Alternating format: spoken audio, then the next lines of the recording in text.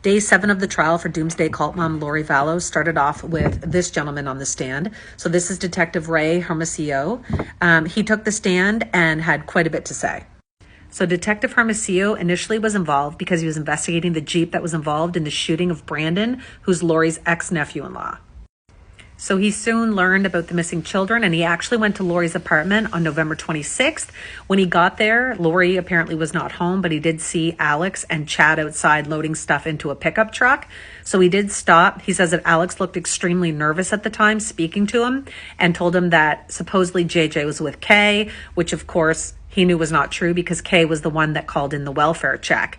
So then he started speaking to Chad, and Chad basically let on that he hardly knew Lori, which of course he again knew wasn't true because he was already aware that they had just been married in Hawaii. Eventually, Chad gives the phone number and says that he didn't give the number initially because he was worried he was under investigation for something. So the very next day on November 27th, this detective, as well as his team, ended up getting search warrants for Lori's place, Alex's home, and also Melanie, Lori's niece's house. He said one thing that was really funny when he went to Lori's is there was no clothes in the home at all. It was just empty hangers. They also found a lot of disturbing items in the garage. There was guns and silencers and army knives and basically prepared kits like first aid bags and things like that. They also found at Alex's location some hazmat type suits and camouflage items. They also found a receipt at Lori's for a storage locker. So they did a search of that as well. And it ended up being pretty much all of JJ and Tylee's items, a lot of toys, bikes, things like that.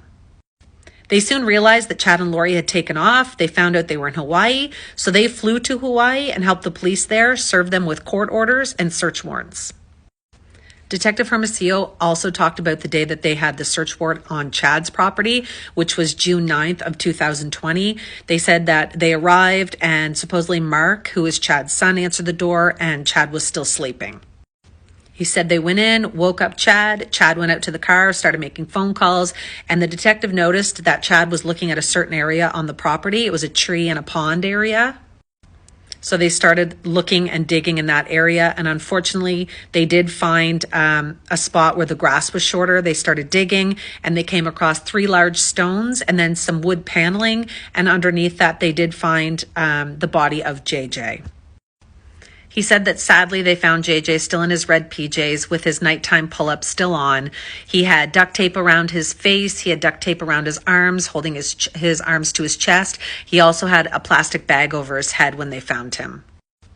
Go check out part 2 to see what else they found on the property.